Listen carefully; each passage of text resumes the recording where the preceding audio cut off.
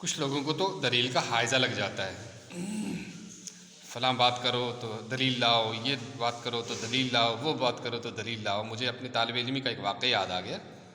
مادر علمی ازہر ہند میں ایک طالب علم تھے، بہت محنتی تھے بیچارے، بہت محنتی تھے، اور انہیں شوق تھا کہ میں پوزیشن حاصل کر لوں، تو رات بھر جاگتے رہتے تھے۔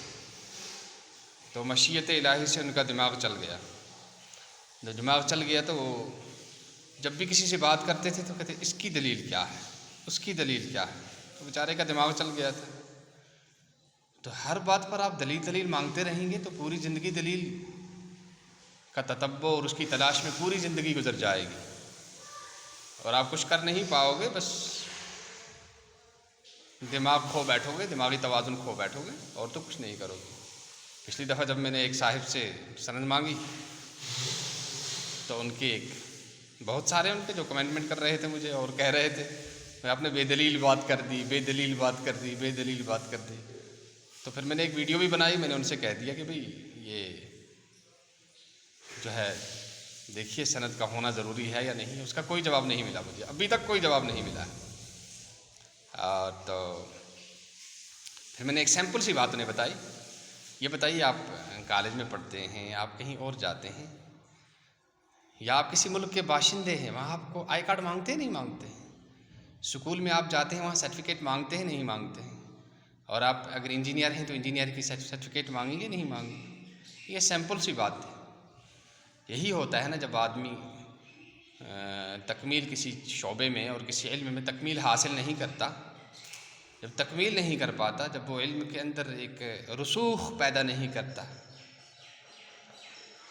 ماہر اساتذہ کے پاس، ماہر فن کے جو ماہر ہوتے ہیں ان کے پاس، تو پھر وہ یہی بھٹکتا رہتا ہے۔ وہ سمجھتا ہے شاید میں کچھ طوفان بن گیا ہوں، لیکن وہ طوفان نہیں ہوتا بھائی، وہ تو زمین پر ہی چل رہا ہوتا ہے۔ اس کی غلط فہمی ہوتی ہے، یا خوش فہمی کہہ لیجیے۔ تو ہمیں ان خوش فہمیوں سے نکلنا ہوگا اور حقیقت کی زندگی میں آنا ہوگا، اور علم کو اس کے ادب کے ساتھ اور اس کے ضابطے کے ساتھ ماہر اور جاننے والے، اور اس کے جو وہ ہیں اس میں جنہوں نے اپنی زندگیاں اس کے لیے وقف کر دی ہیں، جنہیں کہیں سے سند ملی ہے، جن کو کسی نے الاؤ کیا ہے اور ان کی تصدیق کی ہے کہ یہ ماہر ہیں، ان کے پاس جانا، ان کی جوتیوں میں بیٹھنا پڑے گا، جب جا کر کچھ پر کر پائیں گے۔ اور اگر نہیں تو بس ایسے ہی بھٹکتے رہیں گے۔ آپ سے دلائل مانگی جائے گی، آپ گالیاں دو گے۔ آپ کو کوئی بات نصیحت کی جائے گی، آپ گالیاں دو گے، بد زبانی کرو گے، دوسروں کو زندیق کہو گے، خنزیر کہو گے، اور کیا کہو گے کہ یہ نقلی ہے، یہ نقلی قریشی ہے، یہ نقلی سید ہے، یہ وہ ہے۔ بس گالیاں آپ کے دلائل ہوں گے، اور گالیوں سے آپ لوگوں کا استقبال کرتے رہو گے۔ سنیے اللہ کے رسول نے کیا فرمایا صلی اللہ علیہ وسلم، اذا تصابت امتی سقطت من عین اللہ، جب میری امت آپس میں گالم گلوچ کرے گی تو اللہ کی نظروں سے گر جائے گی۔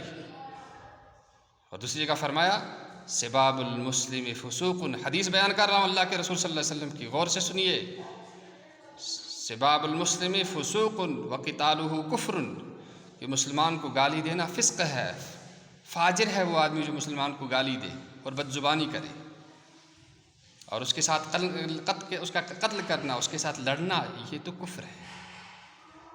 کہاں جا رہے ہیں ہم، کیا کر رہے ہیں؟ بڑی سمجھنے کی ضرورت ہے۔ اللہ کے رسول صلی اللہ علیہ وسلم کے بارے میں تو یہ آیا لم یکن فاحشا ولا بذیا، آپ صلی اللہ علیہ وسلم نہ فحش گو تھے نہ گالم گلوچ کرتے تھے۔ تو یہ کہاں کا دین ہے، یہ کہاں کا علم ہے، اور یہ کہاں کی مسلمانی ہے کہ اللہ کے نبی کے طریقے سے ہٹ کر ہم یہ کہیں کہ ہم دین کے ٹھیکیدار بن گئے۔ قرآن میں اللہ نے کیا فرمایا آپ صلی اللہ تعالیٰ علیہ وسلم کے بارے میں، فَبِمَا رَحْمَةٍ مِّنَ اللَّهِ لِنْتَ لَهُمْ، اللہ کی رحمت سے آپ ان کے لیے نرم ہیں، وَلَوْ كُنْتَ فَظًّا، اگر آپ سخت ہوتے، غلیظ القلب، سخت دل ہوتے، لَانْفَضُّوا مِنْ حَوْلِكَ، تو آپ کے پاس سے وہ ہٹ جاتے، چلے جاتے۔ امام شافعی کا ایک شعر ہے اذا اخذت بعسرتهم یقلوا، جب آپ دوستوں کی غلطیاں پکڑو گے، ان کے ساتھ بد زبانی کرو گے، بد اخلاقی کرو گے، وتبقى فی الزمان بلا صدیقی، تو آپ زمانے کے اندر تنہا تنہا رہ جاؤ گے، کوئی آپ کا پرسان حال نہیں ہوگا۔ تو لوگوں کی بھیڑ سے اور واہ واہ کرنے سے خوش نہیں ہونا چاہیے، حقیقت کی دنیا میں آ کر اور علم کو اس کے ضابطے کے ساتھ اور اس کے نہج کے ساتھ، اس کے آداب کے ساتھ جب سیکھیں گے تو وہ علم واقعی علم ہوگا، ورنہ فتنہ ہوگا۔